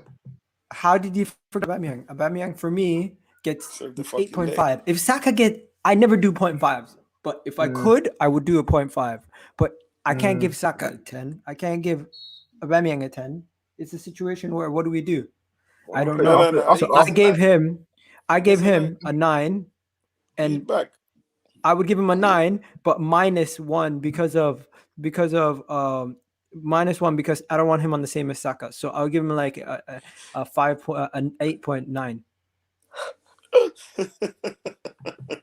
That's my logic. My logic is he cannot be on the same level as Saka because Saka won us the game. Aubameyang's finished, but Saka won us the game from right back. Listen, bro, the man was a right back. Listen, if Aubameyang didn't have that vision, to cut in, lose his defender, and get into that right position to head that ball in so lightly. Would you guys give Laka? Laka, we're saying we can't get him 4. We gave him a 4 because he came on as a sub. Yeah. So, Willian for me gets a 7. Willian, no. He came on as a sub. I think it's actually fair. I'll give him a strong 6. He offered us something. I think it's actually fair. I think a 7 is actually fair because he offered us something. For once, he came on and he wasn't losing the ball. And for once, he came on and he wasn't dilly-dallying on the ball. He's actually trying to pass it. You're paying him for doing his job. No. I'm saying he offered us more than half of the people there. That started. Yeah. So. He offered us more than a lot of people. In fairness, that pass that he gave to Xhaka on the edge of the box, I thought Xhaka could have took a touch and striked it. I thought when that weapon, I thought in my head, this is a goal. Yeah. Left foot, and he slipped, and I just thought, here we go. You know what I mean? But I think he played well. I don't think it'll be consistent. I don't think you'll probably see that next week if he comes on. He'll probably go to the same old self because I know what to expect from Willian, but I'm going to give the credit where it's due. He's done well. Yeah, he did. Nah, he should just keep it up, innit? I hope he does. I hope he does and proves us all wrong. Because bloody hell, man. Okay, so moving on from Willian, who else came on? Thomas Party. Party. Who else came on? Lacazette, Thomas Party, and Chambers. Chambers. Chambers. And Two Chambers first. Chambers, I'm going to give him a 5. Where did you get this picture? Keep it I ain't seen his hair like that. 1 second, guys. Keep it moving. And he's gone. Thomas Partey. 6, 5-ish. What are you saying? 5. I think 5. Oh, we got Vlar here. Vlar's here. Yo, were you there? How long were you there? No, I just came in, innit? I just came in. Oh, okay, because sometimes I can't tell if the person's there for a long time. Vlar, give us your thoughts on the game, bro. Bro. I still haven't calmed down after the game. I'm telling you, I was fuming. I was fuming after the first game against them when Alba missed those chances. I was still fuming after that game. The City game at the weekend, I didn't care about it. Just watch it relaxed. But I was fuming after the first leg, and this game when they scored a second goal, I totally lost it. Seriously, I have no words, man. I don't know if it's a dream or what it is, but they can't be doing this to us. Were you not jumping up and down though when Aubameyang scored? Were you not happy? No. Bro. When they scored the second goal, I went into my room here. I was just looking at the game. You didn't watch the rest of the game? I saw it on my phone. I saw 2-2, but I said, they're not gonna do it. They're bulldozers, all of them. Then I see 3-2. I'm okay. Then I went out to the living room again, watching the game. But I don't know, man. I'm not happy because I don't blame you. Why are they doing this to us? Why are they doing this to us? I don't know, man. Seriously. Yeah. Guys, 1 second. There's over 80 people in the chat. I need you guys to do me a favor, smash a like on the video. And you know what? After this video, go check out the watch along for the reaction that I did to my goals, because I was losing my friggin' head. Yo, my internet went out and I started doing the opening 15 minutes of the game I did on my phone. The goal came in. I'm losing my shit. I was on the floor. And then when it comes to the second goal, I finally got the internet working. I'm back. We can see the goal immediately after I fixed the internet. I'm saying to myself, this day can't get any worse. Now, nothing can ruin my day. If my wife makes me dinner right now and it's cold, I'm not going to get mad. Bro, my mom is forcing me to go to the doctor tomorrow for a check. I was totally losing. I'm telling you. When the second goal went there, I was throwing the chair. I was fuming, seriously. Yeah. Everyone's coming in now. Yo, let's talk to the people. The people, Arsenal fans. You can be mad. You can be upset. But I'm not going to tell you how to be a fan. Don't tell me if I'm happy not to be happy. Because there's people out there who are Debbie Downers trying to ruin my mood. Trying to move. Kesh, I know you're upset. But you have nothing wrong. You don't feel any anger towards someone who's happy because you're upset. Do you? No. Because you know who you're upset at. You're not upset at me. You're upset at the situation the club is in. So people, of course, be angry at the situation the club is in. Be angry at the owner. Be angry at Arteta. Be angry at whoever you want to be angry at. Put your frustrations wherever you want to be. But as fans, we support Arsenal. We're fans of football. Why do we hate on each other? It's nonsense. It's nonsense. Right now, if I tweet something about, oh, this was an amazing win, I'm so happy, I'm proud of the team, people are going to tell me, you're 10. Why does that change how I'm proud of my team today? It's nonsense. Anyways, we got Gunnar Express here. This is the wrap down where we talk about the game. Gunnar Express, what are you saying? Yeah, what's up, man? I don't know. I don't think that was actually that good of a performance overall. I mean, yeah, we won. Yeah, some great individual brilliance. The Man United fans love to bring that up, but some individual. I can't even speak, man. That game had my heart beating the whole time. But Saka, Aubameyang, world-class players. I've been a big criticizer of Aubameyang. I didn't want him to start the game, but I'm happy that he proved me wrong. He proved many of the fans wrong, and you got to give him his props. But we shouldn't have conceded 2 goals to Benfica. Like, that free kick was excellent, but we shouldn't have given the free kick away in the first place. And that second goal, Ceballos, man, what are you doing? But at least we're through. Yeah. And can I ask you guys a question? Are you guys looking back at the game? Are you guys upset that Bellerin started over Cedric? Because somebody said to me earlier, I said that was nonsense conversation. There's no need to have the conversation today. And I got Kesh. I wanted to go to you first because you agreed with me that it was a nonsensical conversation. I think you have to apply the context though. Like, it's not irrelevant to talk about because yes, with the way the performances that Bellerin's been dropping, you do wonder, should you just give Cedric that chance because he's played better, even at left back. He's offered more, even at left back. So I'm sure fans are open to seeing that get done by Arteta. But obviously, at the same time, I don't think Cedric playing right back today would have made that big of a difference when you got the likes of your old team, the midfielders, Odegaard, playing too conserved. Like, you're playing a European tie, you need to win because if the other team gets an away goal, you're then in the mud. And then you're chasing the game. So you need to start the game in a proper fashion. And I don't feel just because Bellerin would have been on the bench and Cedric started, that would have made a difference. But it was all about our mentality as an overall team, not the individual as per se. But I would have preferred my man to start over Bellerin all day long.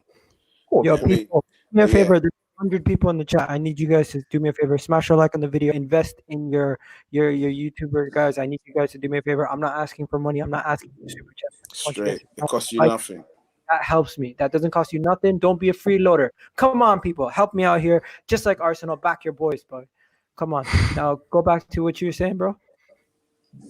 I was saying, shit, what are we talking about again? Bellerin, Cedric. But yeah. So Cedric coming in. I wanted to see Cedric over Bellerin, but to be honest with you, he was just the normal Bellerin today. He didn't do anything crazy. He didn't, he didn't really affect the game in any way. Maybe Cedric would have, but he didn't make any bad mistakes or anything. So, it's not really a conversation. My guy said F the process. Yo, the process doesn't exist. There's no never been a process. It's never been a process. It's a slogan, and you know what the actual process is? The actual process should be the signings we make in the summer. If you can see it for yourself, that there has been no progression in the amount of signings that we make. Yes, we brought in 2 quality players, but that's because Arteta has some backbone that he got us Partey and Gabriel. If he didn't have that backbone, we probably would have gotten 2 unknown French players. No offense to French players. Our legends are French players. I love Vieira. I'm a France fan, but I'm just being honest. Go ahead, guys. All day.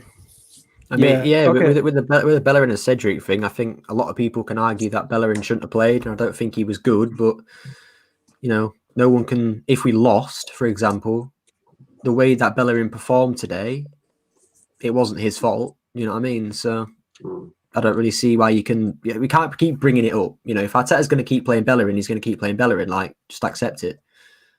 We just got to move on from that. Yeah. Okay. You know what? Let's just do this now. Let's talk about it. The Lacazette. I was gonna do a video on it. I'm just gonna leave it. I was gonna talk about Lacazette's shoes, but I don't think you guys care about Lacazette's shoes, right? Do you really care? What happened to his shoes? I don't care. The man put trust the process on his shoes. Is it a dig? Gunnar Express. I spoke to you about this on Twitter earlier today. You said it could be a dig at Arteta. Do you still believe that? I don't really care. Like, he can put what he wants in his boots as long as it isn't obviously something obviously like trying to take a dig. But what people have said, whether it's true or not, is that like in a French meaning of minions, it's these yes men, and a lot of people say that Xhaka and Bellerin are yes men to Arteta, and I think they are. But then having that trusted process, it's like it's an obvious dig. But I don't know. Again, I don't think it really matters. Like, if like I said, You took it there. I didn't even think about the I've minions, seen- you know? Yeah, I've seen. That's what I've seen. I don't think I haven't even thought about it. Like I've just what it is. I thought, if anything, at first he was backing him until I saw the tweet saying that it could be a dig. But again, I don't really have an opinion on it. At the end of the day, he can have that on his boots. Like if Arteta finds out it's a dig, he's gonna get punished for it. If it isn't a dig, then it ain't a dig. Like who Someone cares? said cheer up, Blar. Someone said cheer up, mate. Yo, the only person here who seems happy is me and Gunnar Express. Kesh, you can see by his face, he's looking up something on the internet right now. He's gonna buy something. Yeah, I was looking at What do you call it? JR finally cracked a smile, so you can tell he's off work tonight. Blar looks like he's about to do a night shift, doing some crazy stuff tonight. Bro, you're not selling hard food. What are you doing today, bro? Why are you mad? Bro, I had a rest day today from the gym. I wasn't even on the gym today. I'm more exhausted today than I was yesterday. I'm telling you. Mental exhaustion. So, what happened today, man, and last year to Olympiacos, they can't do this to me, man. I almost had a heart attack, seriously. And the worrying thing is, it could happen again. You never know. Yeah, it could. It definitely could. Because our season depends on winning this tournament. We need to win it. That's the worrying thing, man. I'm scared. I'm telling you, I'm scared. Very important. Oh, yeah, it was a scary moment. It was. Okay, like, so yo, guys, we scored an away goal. Go ahead. I was saying, like, we scored an away goal, and we were just supposed to manage the game, and we couldn't do it. To me, I thought that was it. I was. Yo, Leicester's out, eh? Leicester's out. Yeah, 2-0 Slavia. So you know what I want to Napoli as say? well. Why does it seem like our fan base just likes to fight? They just want an argument. People just want to argue, or is it just everybody? Because that's what I don't like. Because we're gonna lose to Leicester midweek. I mean next game, right? If we do lose to Leicester next game, they're gonna say, you know what, Leicester shouldn't be. We should be above Leicester in the league, based on that one game. If we beat them, if we lose to them, oh, Leicester shouldn't be above us. Look, we're Arsenal. So no matter what, win, lose, draw, there's an agenda ready. Today, I knew win, lose, or draw, Bellerin conversation was gonna come up. That's why me and Kesh were ready for it. We said, yo, it's nonsense. Like, He didn't I don't do know. anything You wrong. guys tell me. He did nothing The wrong. agendas. Is there a problem with this agendas? Because it's getting close now. It's every club. It's every club, though, isn't it? Like look at Man United. You know, they hate Martial, some of them, and then the others love him. It's like Sam, what's every good, club bro? has these kind of Not bad, bro. agendas. Not bad. Not bad, Sam, man. well, you're one of these guys where you banter us, but you generally don't want me or Cash or anybody to feel down about their club. You're a nice guy like that. No, I don't. What do you to think? be What do you honest, think like, about this game, man? I just this ain't banter when I say this, but would it just be better if you was just to go out now, just to save your pain? Not at all. Not at all. Not like You're that. just gonna Not be like putting that. yourself through this torture. What is the Not at point? all. So It's not worth it, Kay. it's- I don't want to you see can't- you upset anymore. Listen, I'm not going to be upset. Whatever happens, I'm not going to be upset.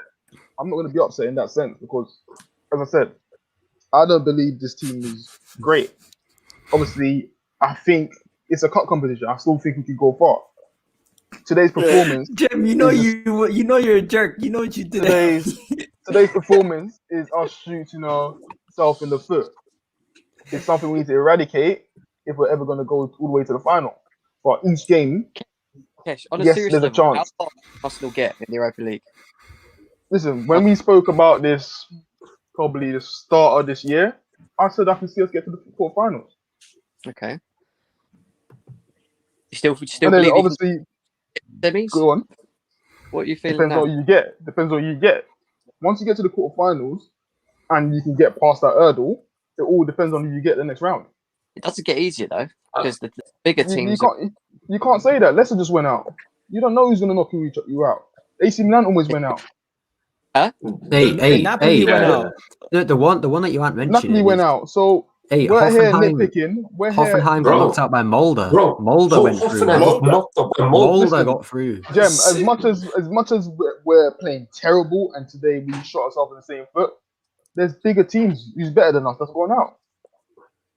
Yeah, This is a cup competition. It's a lottery. It's self-inflection. It's not teams My battering biggest us. issue with you guys, right, is away to Benfica, you should have slapped them. You come home and you're losing 2-1 to them. Like, why did you not continue? Why can't you just continue? It with the went home, same innit? level of performance that you did in the first hurdle, and this is your There's issue. You certain never know what individuals. Arsenal you're Kesh, going to Kesh, get. should I bring That's up? what Should I bring up that tweet about Turkish? Because this is perfect at this for this game. Like, because you know how you guys seen that tweet that I put out about Turkish, right? No. So Is I it- was saying, yeah. So I was saying, Turkish, you're being negative as a fan, bringing up these things after we lose again, after we win a game Won like the we did FA against Cup, Chelsea, or won a game like we did against Chelsea. Why are you bringing negativity to the table? Why aren't you positive? Why aren't you happy? And you know what the guy said. He said, you know what? It's not about today. It's about the next game. It's about the window. It's about the importance of moving on and progressing. And we don't do that as a club. And a lot of people will look at today's game and they're saying, this is why we need to sack Arteta. No, this is why we need to look at our signings. This is why we need to look at ourselves, because those players today, they cared. But it's not people saying, oh, they only cared because they were about to get knocked out. No, they always care. It's not always just down to the manager. There's sometimes it comes down to your own manhood as a person, and your own you have to take it to yourself, and you have to respect yourself as a person. So now let's just look at this clip. Where is it? This summer it doesn't change nothing. Yeah, I wanted Rob to ask me that just so I can be real with you guys. This is the last interview man can do this season. The last interview, the last platform I have to try and open some more eyes out there. But if you think this FA Cup win is going to change everything, it's not. We've won 3 in the last 6 years. It didn't change anything. What will change, what is bigger than this FA Cup, is the summer transfer window. And that's up to Kroenke. That's up to KSC. Yeah? We've had Arteta come out and say they're supporting him. We've had Arteta come out and say if we get Europa League football, our money increases. Let's see it in action now. Arteta did as much as he can do this season. Bring us the FA Cup. He's done that. What we do this summer, we'll transfer on to next season, the season after that, and we'll get into us fans. Look at us fans, bro. We finished 8th this season, 8th. Man, it's gas. I'm about to go buy a bottle. Pay me. But we finished 8th, Like, it's a double-edged sword. I'm gonna celebrate tonight and enjoy it for what it is. But when I wake up tomorrow morning, my preview comes on my channel, it's gonna be a bit more pessimism in there, because it's like, I'll do it Monday. Monday, yeah? I think it'll be match tomorrow. I mean, I might be still, but it's what it is. Hopefully they do their thing. Let's focus on now. Champions again. Only the 3rd English team to have a trophy this season. Yeah, Chelsea fans, United fans, top 4. Well done, baby. Do fuck all in the Champions League next season. It doesn't mean anything. I want us to get back in the Champions League when we mean business. I don't want to get back in the Champions League. Facts. I mean, he spoke facts about United in the Champions League, didn't he? What's he talking about? No, he's saying he wants to go into the Champions League when he's ready, not go in just to get knocked out. When's that going to be? 10 years? 15 Probably, years? yeah. No, that's not what he's. That's not his doesn't point. care That's about. not his That's not point. his point. You're missing the point he's trying to make. The point he's trying to make. I know is what he's saying. He's saying he wants to be in Arsenal the Champions League when you're ready, as in terms of actually, No. like, as a team ready to going into it. Like, so you won't get. and the bigger picture is that won't change until the Cronkies are out. So he knows where Arsenal's at, and he knows things will not change until these owners are gone, because it's not, don't matter what manager comes in. Yes, you can get a manager to let us play a lot better and everything, but it's not going to change. Like you can float around 5th, probably get into top 4 a year. Then But it does for the you club drop though, out. Kesh, because it's financially a good thing to get in the Champions League, and that's what the financially- club's going to care about. financially- So you've got to bear that in Financially, mind. Arsenal were in there forever, and we got nothing as Nothing fans. out of it. So it means fuck nothing to the us. finance. It means You know what I nothing. mean? Yeah. The finances yo. is nothing to us. They Guys. make all these excuses and all that stuff, and Wenger was still shopping in Asda. Guys, we Yeah, won the game. I'm gassed. I don't care what anybody tells me. And Still, Jem, you I know heard what? what That's you what I was said. gonna talk about. Yeah. That's what I was going to talk about, and what Turkish was saying. Now, at the end of the day, yeah, what he's saying is right and it's true, and we all know the Cronkies ain't going nowhere. Yeah? Hopefully they sell to my man, yeah, Nigerian guy. Hopefully they sell to him, Dangote. But until they do, nothing's changing. So as fans, the only thing we have is to enjoy these moments, and that's it. That's it. Yeah, I hear that. We get these moments and hope that we get to the finals and win these trophies, and cool. Later, Enjoy the moments like because today. Overall, nothing ain't changing. until they leave. And Thanks they're for coming they on, don't Jem. have any plans to leave. Yeah, no worries, man. No worries. I'll talk to you all in a bit. Take care. Love, bro. Cool. Yeah, see you in a bit. Just to answer Yo, the guys. comments here, people asking about the draw. It's tomorrow, 12 a.m. 12 So I think it's noon, yeah? I think it's 11 a.m. at UK time. The draw will be Okay. not on Monday, but tomorrow. Tomorrow, yeah. I wonder who the fuck we're gonna pull out. My question, like, it's obvious to say who do you want. Obviously, we all want a Mulder or like a I want BSC young young, boys. or a young. Hey, I just said that. Dinamo already. Zagreb. Hey, be careful with young boys. 'cause What I just time? got What time's the clipped up. draw? What time's the draw? I got clipped up on Noon, another noon. stream, man. Yeah, 12. Oh, noon. I might as well What did you do say a about video young on boys? it. Yeah, watch out when you say about young boys there, gal, because I just got clipped up saying a bit of a madness, saying I'd take young boys and that. They score Yeah. goals, bro. They score No, goals. they are Young dangerous boys team. beat- They're a dangerous They're- team. they're- What country are they from? Switzerland. Swiss. They've Switzerland. been in, But Yeah, they- they been in they, the they Champions got League. they got their ass beat by Manchester United. No, but with all due respect, yeah, they're a good team and that. But I'd take them any day over the likes of a Roma or even like a Ajax right take? now. Like, I swear there's an old boys. as well. I'd take BSC Young Boys. Yeah, BSC Young Boys. I'm not They're making that 14. mistake again. 14th. Okay. Granada. Yo, guys, I'm gonna cut it short there because I gotta go, and my back is hurting, and there's so much stuff going on right now in my house. Nah, bro. I But wanna yeah, hear those 14s big up before to we go. everyone. Big up to y'all. What were you gonna I say, want to hear Joe? those 14s before we go, bro. Granada. Hey, Granada are good, Oh, man. really? People are writing Granada off. They're good. I'll even No, go. Granada, Granada's good. Dinamo Yeah, Zagreb, Molde, and I want Dinamo Zagreb. Club Brugge, I think. Club I Brugge from Belgium. I want the Ukrainian team. I'll even take Rangers. You know. Or That'll be a Shakhtar, good yeah. game. Shakhtar are good though, man. They're decent. Yeah. They're Anyways, decent. guys, big up to everybody in the chat. There's so much people in the chat right now. Appreciate it, guys. Tune back in. We will be live tomorrow at 12 doing the what is it? It's at 12, right? Yeah, round The of 16 draw. The draw will be at Yeah. 12. So I'll be doing a draw tomorrow at 12 p.m. And I will also be doing a Leicester preview with Leicester Fan TV. One of their guys, Jack, will be coming on tomorrow at, is it 7 or 6? I think it's at 6 o'clock. So yeah, I'll see you guys at 6 and I'll see you guys at 12. Don't forget to subscribe. Don't forget to like the video. And also, if you really want to know whenever I'm going live, hit the notification bell. It takes 2 seconds. That really helps me out. And guys, big up to Vlar, everyone who's been part of the video today. And you know what? Onwards and upwards, we move. And anyone who's negative or you can be negative. Anyone who's positive, you can be positive. Anyone who's happy, you can be happy. You can be sad. You can be emotional. But don't do one thing. Keep that to yourself. Don't try to push that your way of thinking on other people. I'm not going to do that to you.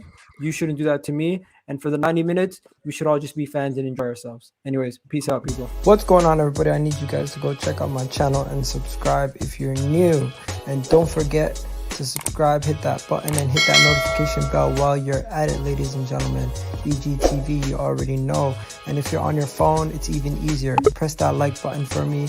And you know what? Subscribe while you're still here. And big up to everybody